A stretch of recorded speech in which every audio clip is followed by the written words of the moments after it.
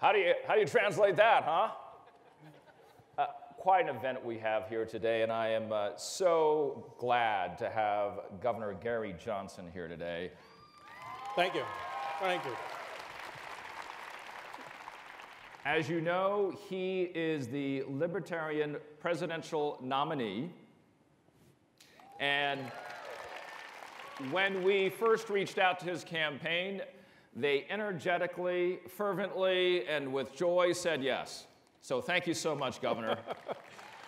Well, and all of you recognize that this is probably the craziest election of all time and space, right? And how crazy is it? I might be the next president of the United States, okay? Okay? Well, he's got jokes. He's got jokes. Governor, let's start with this, and you just addressed it. Why do you want to run to be president of the United States? Well, I wouldn't be doing it if I didn't think I could do a good job. And then at the end of the day, and I do mean end of life, did you do everything that you could in your life? I think I'm going to feel like I did do just that. And why should we vote for you?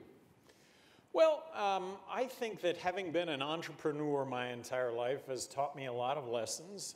The fact that I was a two-term Republican governor of New Mexico in a state that's heavily Democrat and got re-elected. And my running mate, same way, Bill Weld, two-term governor, Massachusetts, 4-to-1 Democrat. I mean, what kind of animal is that? Well, fiscally conservative, in our case, socially liberal. What we libertarians like to say is it doesn't matter what you are socially as long as you don't force it on other people, meaning always come down on the side of choice, allowing people to make choices in their own lives as long as those choices don't adversely affect others. And then I think a unique third leg to the stool is I do believe that when we involve ourselves in regime change, when we use our military to intervene, I think it has had the unintended consequence of making things worse, not better. And we do have a real terrorist threat out there. We should have an impenetrable, invincible national defense, but I stress the word defense. Free trade. Let's bring the world together with free trade. Let's bring the world together with diplomacy. So you've laid it all out there for us. As we think about it, one of the headlines that is common when we see Gary Johnson, the esteemed governor from New Mexico, the Libertarian candidate to be president, is, will this be a wasted vote? You've heard this many a time. Why is it not a wasted vote? Well, a wasted vote is voting for somebody you don't believe in. That's a wasted vote. Vote for the person you believe in. That's how you bring about change. And you know, I hope after having made my pitch today that you'll realize that if you want to waste your vote on Clinton or Trump, I mean, have at it. Well, help us out with this then. Give us a glimpse behind the factory doors at the Johnson campaign. Because when you look at the Real Clear Politics average, which I know you watch here and there, it's about 8%. You got to get to the magic 15, as you know, to be part of the debates, and that's an important part, I know, of what you'd like to do. Well, there's no way that I'm going to win the presidency if I'm not in the presidential debates. And to be in the presidential debates, you have to be at 15%. I think right now, our consensus number is probably around 10. I saw 2 weeks ago that the projected audience for the first presidential debate is going to exceed the Super Bowl. Well, there's no way that you can win the presidency without being in that game. I do think that there's a real possibility that we will be in the presidential debates. So let's just say, please, let's just say we are at one of those debates right now. What will you say to Secretary Clinton, the Democratic presidential nominee? Well, I'm going to stay on message that small government is a good thing, that when government takes less money out of your pocketbook, that's money that you and I can be spending on our lives as opposed to government knows best. And Secretary Clinton, is there anything you haven't promised to anyone? And isn't that going to cost a lot more money? So taxes, I think, are going to go up. And then I don't want to say that this has been intentional, because it wasn't intentional, but Hillary has been the architect of our foreign policy. So along with Obama, she and Obama support the opposition in Syria and Libya. Not intentional, but they support the opposition. They arm the opposition. Well, the opposition is aligned with ISIS. The opposition gets beat. The arms end up in ISIS hands. This is what we deal with when we stand up or when we take sides when it comes to regime change. The argument would be, coming from that camp, is that you cannot disengage, especially during a time where we have seen within the last year, and you've seen it well, the headlines of ISIS. And so you cannot do what you've just described. Well, first of all, ISIS is contained geographically, and think of ISIS right now as sands through an hourglass, and Bill Weld and myself are going to see those sands move through that hourglass, that we will bring an end to ISIS. But we need to involve... How will you do that? How will you do that? Well, we need to involve Congress in a declaration of war, something that they have completely abdicated to the president and to the military. That is not the way to move forward. But I do believe that putting boots on the ground, I do believe that dropping bombs, and that isn't to say that it can't be targeted, but when we kill innocent people abroad, this is what is adding to the recruitment when it comes to ISIS. And I know that there have been terrorist acts in the United States by those that would claim alliance to ISIS. Well, that's not a geographic alliance, that's a philosophical alliance. And we will bring an end, like I say, to ISIS. We'll move on to your other competitor, and that is the presidential nominee from the Republican Party, Donald Trump. He's here for the debate. What's the one point you want to make to them? Yes or no? Well, assault, first of all, this is an educational kind of question, I believe. Automatic rifles are banned. If you talk about an assault rifle is a semi-automatic rifle, of which there are 30 million of them in the United States. We are safer. We mitigate the horrible headlines of Orlando, of San Bernardino, when we have citizenry that are armed, that can, if you will, the good people, help to fight the bad people. Agree or disagree? Oh, I don't know. Mixed on that, but if you're one of those good guys, if you yourself are one of those good guys, and that's something that you choose to do, I'm back to choice now. That's a decision that you've made. I don't know if it's a decision that I would make to arm myself and be that good guy. Last time you fired a gun? Oh, gosh, a year ago. How many guns you have? I have a pistol, a .38 pistol, and I have a 12-gauge shotgun. Question from the audience. We have two microphones here, and first down in the middle. Thank you for expediting your movement to the microphone. Thank you. I'm Chi Ninh Nguyen with Voice of Vietnamese Americans. Thank you, Governor Johnson.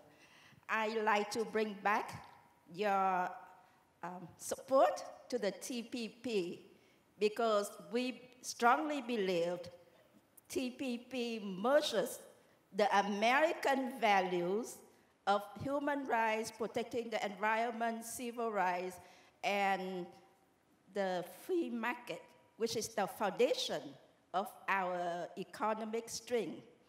So, and it's also based on the rule of law, which is the basic of our equality from the Constitution. So I'm asking you, based on the rule of law, would you say that the TPP has the same foundation as the global rule of law when we support the current UN verdict about the South China Sea, that the South China Sea belongs to international navigation rights to all of us to support the U.S. global leadership? Thank you for your question. I appreciate that very much. There's a lot in that question, Boy, Governor. There were 8 parts. You can take any part. As President of the United States, I intend to honor, and Bill Weld, my running mate, and we're planning on doing this as a partnership also, which is unique, but we're planning to honor all treaties and obligations taking the office. Now, do we want to go to nuclear war over uninhabited islands in the South China Sea? I really don't. Did he answer your question? Yes, thank you. Okay. We have another question from the audience, so we'll get to that shortly. But I want to move to something that has been talked about by some in this room at different times in their lives, and that's the green stuff, marijuana. And you have been somebody that has been very much a thought leader on this space, shall we say, and as a thought leader on the policy that has been taken up across many states across the country. Obviously, the critique of marijuana access has been Colorado. And the headline that comes from that often is, we have seen the number of individuals hospitalized increase. The critics will say we're associating deaths with the access to marijuana. How do you answer those criticisms? Well, just that they're really completely unfounded. Colorado is a vibrant place. 58% of Americans support legalizing marijuana. Look, every single one of you know friends, families, coworkers, and for many of you looking in the mirror, that have used marijuana products. And although you may disagree with that choice, as long as that choice didn't put anybody else in harm's way, what's the difference between that or having a few drinks in the evening? And I'm not sure if they were cheering the drinks or the marijuana there. I wasn't sure. Tens of millions of Americans are convicted felons that, but for our drug laws, would otherwise be tax-paying, law-abiding citizens. And when you talk about criminalizing marijuana, you're talking about your own kids, you're talking about your own family, you're talking about your coworkers, and you're talking about your friends. And I dare say they're not criminal. You no longer take marijuana. Why? Well, I have always maintained that you don't want to show up on the job impaired. I have not had a drink in 30 years. I mean, my whole thing is health and wellness, and one of the best decisions I've made in my entire life. And not an alcoholic. It had to do with being the best that you could be all the time. Now, I have engaged in marijuana use, and I hope that you all would take that in the context of telling the truth. If you tell the truth, you don't have to remember anything, and I've been really well served by doing that. That said, I just don't think you should show up on the job impaired. Running for President of the United States is a 24/7 job. I'm not going to show up on this job impaired, and I've made the pledge as President of the United States, which is a 24/7 job, I'm not going to be on the job impaired. When is the last time that you did take marijuana? Last time I took marijuana was about 3 months ago, and I know your next question is going to be specific, so it was some Chiba Chews, and it was... How was it? How was it? How was it? Well, I don't want in any way to take away from a person's right to use these products. It was pleasant. It was a 10. It was a 10. It's very pleasant. Right. You know, I like to stick to the scales, 1 to 10 here. Education. When we think about education, and you have a very clear perspective on this, we don't need the Department of Education. We don't. And let me explain. Let me explain. So let's just take Nevada as an example. Nevada gives and by the way, this applies to other federal agencies, not just the Department of Education. But Nevada gives the Federal Department of Education 13 cents, and then Nevada gets back 11 cents. That's the bureaucratic wash and dry cycle. How do you like that equation?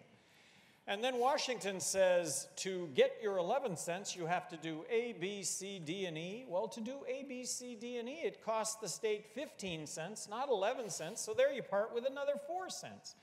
I think people think that the Federal Department of Education was established under George Washington. The Federal Department of Education was established under Jimmy Carter, and tell me anything that's been value added about the Federal Department of Education. Give education back to the states, give a lot of these functions that the federal government does back to the states. But Governor, critics of that perspective will say, we look at the graduation rates. We can look at the Asian American Pacific Islander community. There are big challenges, 60, 70% of Asians who are not making it to college. How, if you take away resources, can that result in something better? I just described to you how you're actually losing 6 cents for every dollar. Leave it in the state of Nevada to begin with. Nevada will have 6% more money to spend on the problem, and they're going to have a better idea on how to solve the dropout rate or educational standards than Washington, D.C. Yeah, but if they're not... You just implied that you're going to take away money from education when my contention is that by eliminating the Federal Department of Education, you will actually have more money to spend. You love Common Core, don't you? No, I do not. No, I think you do. No, I don't. You don't. And why don't you? Well, it's a mandate from the federal government. What's the solution then to Common Core, but in a local way? Well, as governor of New Mexico, I was more outspoken than any governor in the country regarding school choice. I really think that we need to blow the lid off of competition when it comes to public education. I think if we unleashed hundreds of thousands of educational entrepreneurs to deliver better products, better services at lower price, the model of the future is the Khan Academy. The Khan Academy is free, kindergarten through a doctoral degree in any subject whatsoever. I know that there are a lot of pilot projects around the country where you take the Khan. Now, this is not something that Washington should dictate, but if it's something that Las Vegas, Nevada wants to dictate, what you would have 50 laboratories of innovation and best practice, the states. And if you had the states engaged in this competition, I believe there would be fabulous success that would get emulated. Of course, there'd also be horrible failure that would get avoided. But that's how we're going to improve ourselves, is competing with one another. Governor, what does AAPI mean? Asian Pacific Islands of America. All right, you're really close. Asian American and Pacific Islanders. I happen to be a little bit of both. And so when I ask this question of you, how important is that swing vote? Well, more importantly is I hope to, in my later years, retire to one of those islands. So that's really important. So, which island? I'm not sure yet. Yeah. And buying. How about the notion of maybe going from one to the other, so I'll hit them all in those later along years. The way. Along okay. those ways. So what's important about it? I just think that the Asian community really at its heart are, and I do believe Americans, first of all, I don't think any of us are different. I mean, I think we all have common goals here. But entrepreneurship is something that I think is not promoted in this country enough. The notion that as an entrepreneur, you can create your own job, you can create jobs for others, that government can play a role in this in making it easier to do that. You mentioned, I'm going to get to a question in a second, you mentioned the 11 million undocumented immigrants. Did you know that 1 million of those are of Asian American and Pacific Islander descent? I would have sort of assumed that, yes. And the reason for the undocumented workers, and I'm not telling anyone anything they don't already recognize, is that jobs exist in this country, and you can't get across the border to take jobs that do exist. The system is broken. We should make it as easy as possible for somebody that wants to come into this country and work to be able to get a work visa. Your first executive order will be regarding immigration. Well, there'll probably be several executive orders, but I don't want to break up families. I don't want to be deporting.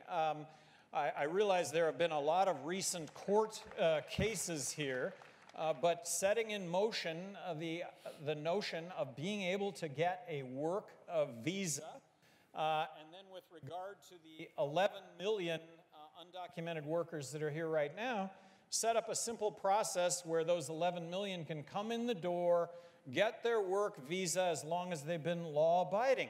Don't get the government involved in quotas also. Quotas just don't work. There'll either be jobs or there won't be jobs. Yes or no only, please, to these questions. H-1B visas. It's a quota system. It's a quota system. So that's the problem with it. Is that a no? Well, it's no from the standpoint of it should be more open than, in support of allowing that. So no. Yeah, well, but expand it. Do away with it completely so that it's no longer a class, that we make immigration a lot easier. DACA, I'm sorry. deferred action for childhood arrivals, DACA. Yes or no? Deferred action, yes. Meaning defer action. Don't deport. Question from the audience. We'll turn on the mic for you in just a second. Try it again. Hello? There you go. Thank you. So, Governor, one of the reasons why the Department of Education was set up and exists is in recognition that many states, in fact, were not adequately providing quality education to poor and minority children. So if you are going to get rid of the Department of Education, what are you going to do to ensure that, in fact, all states provide quality education to kids regardless of their race and their zip code? Well, as all states have funding formulas, so the richest school districts don't receive more money than the poorest school districts. I mean, this has been court-tested in state after state after state. And if you want to point out the fact that perhaps in certain instances, for example, refugees, immigrants that converge on a certain area because of circumstances, I think the federal government could play a role in easing that burden when it comes to educational costs. So I don't want to close the door on extraordinary circumstances that the federal government could play a role. But look, state after state, there's educational equal funding formulas. All right, thank you so much. Actually not. Governor Johnson, we've got a minute left here. And I want to get a sense of, at least for our audience here, literally and virtually across the country in our 50 watch parties, is to understand what family means to you. Well, family is everything. Family is everything. Why is family everything? Well, there's that unconditional love that goes along with family. And in my particular case, I have the two greatest kids of all time and space. I have a granddaughter. My parents are still alive. My father was actually landed in Normandy before D-Day with the 101st Airborne Division. What they instilled in me, what I'd like to believe I helped my kids. Mm-hmm. My kids haven't needed any help, but it's what I live for. My fiancée, Kate. It's my life. It is what I live for. And finally, what did your father teach you? What did my father teach me? I guess my father, I am on time to a fault. Also, just keeping your word, doing a little bit more for people than what you promise people. It's an amazing formula for success. I'm oftentimes asked, and I love the fact that somebody would think I was successful, but why have you been successful? Well, I show up on time, and to a fault, I tell the truth. You don't have to remember anything if you tell the truth. Ladies and gentlemen, Governor Gary Johnson, nominee for the Libertarian Party. Thank you so much. Thank you for the opportunity to be here. Richard, thank you. Thank you.